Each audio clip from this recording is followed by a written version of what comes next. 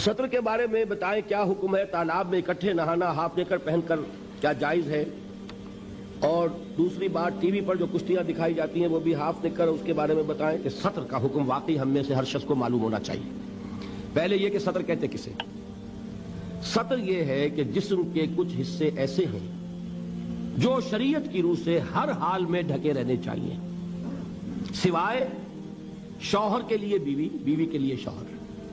یہ تو چونکہ قرآن نے کہا ہن لباس لکم وانتم لباس لہن، ان کے لیے تو کوئی سطر نہیں ہے۔ لیکن دوسری رعایت کیا ہوگی کہ کوئی سرجن ہو، کوئی ڈاکٹر ہو، اس نے معائنہ کرنا ہو، کوئی ضرورت ہے، لیڈی سرجن نہیں مل رہی ہے تو مرد سرجن سے بھی سرجری کرائی جا سکتی ہے جان بچانے کے لیے۔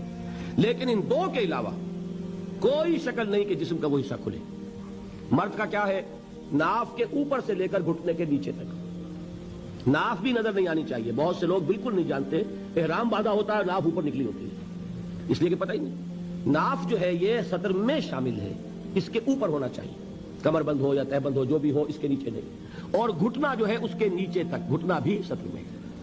اب نکر وغیرہ جو ہے اس میں یہ سطر نہیں ہوتا، یہ ناجائز لباس ہے، اسلام کی روح سے حرام لباس ہے، اس میں کوئی اختلاف نہیں۔ یہ ہے مرد کا معاملہ۔ عورت کا معاملہ کیا؟ پورا جسم سطر ہے سوائے چہرے کی ٹکیا، ہاتھ یہ پہنچوں سے باہر، اور پاؤں ٹخنے سے نیچے۔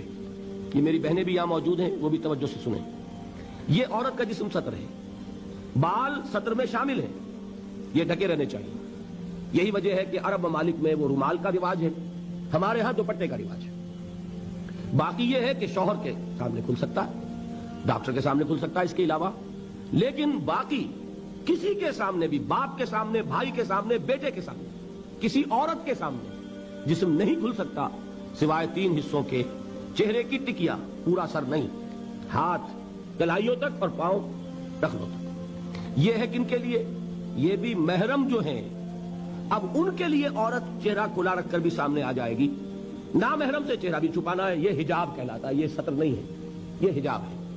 سطر حجاب کا حکم جو ہے وہ سورہ احزاب میں ہے۔ وہ کون ہے محرم جن کے سامنے عورت آ سکتی ہے چہرہ کھول کر؟ اس کی فہرست سورہ نور میں موجود ہے۔ اپنے باپ، شوہر کے باپ، اپنے بیٹے، شوہر کے بیٹے یعنی سوتیلے بیٹے، اپنے بھتیجے، شوہر کے بھتیجے نہیں، شوہر کا بھتیجا نامحرم ہے، اپنے بھانجے عورت کے، شوہر کا بھانجا نہیں، شوہر کا بھانجا نامحرم ہے۔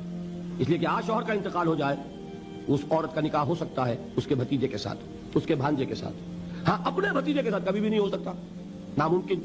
جو محرمات ابدیہ ہیں وہی محرم ہیں، جن سے شادی کسی صورت میں نہیں ہو سکتی، سمجھے آپ؟ اپنے باپ سے نہیں ہو سکتی، اپنے بیٹے سے نہیں ہو سکتی، سوتیلے باپ سے نہیں ہو سکتی، سوتیلے بیٹے سے نہیں ہو سکتی، دادا سے نہیں ہو سکتی، پوتے سے نہیں ہو سکتی۔ یہ آپ گنتے جائیے، جو محرمات ابدیہ ہیں وہی محرم ہے۔ ان کے سامنے عورت چہرہ بھی کھلا رکھ کر آ سکتی ہے، باقی کے سامنے آئے گی چہرہ چھپائے گی۔ یہ ہے اسلام کے احکام۔ اللہ تعالی ہمیں ان پر چلنے کی توفیق عطا فرمائے۔